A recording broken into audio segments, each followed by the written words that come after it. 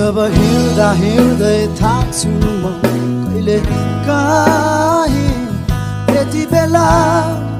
मेरो हाड बनिदेऊ जिन्दगीको मोडमा सोच्न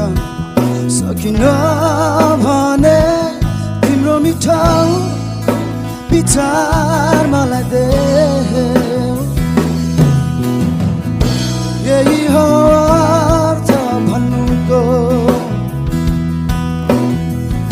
सपना ठुलो छैन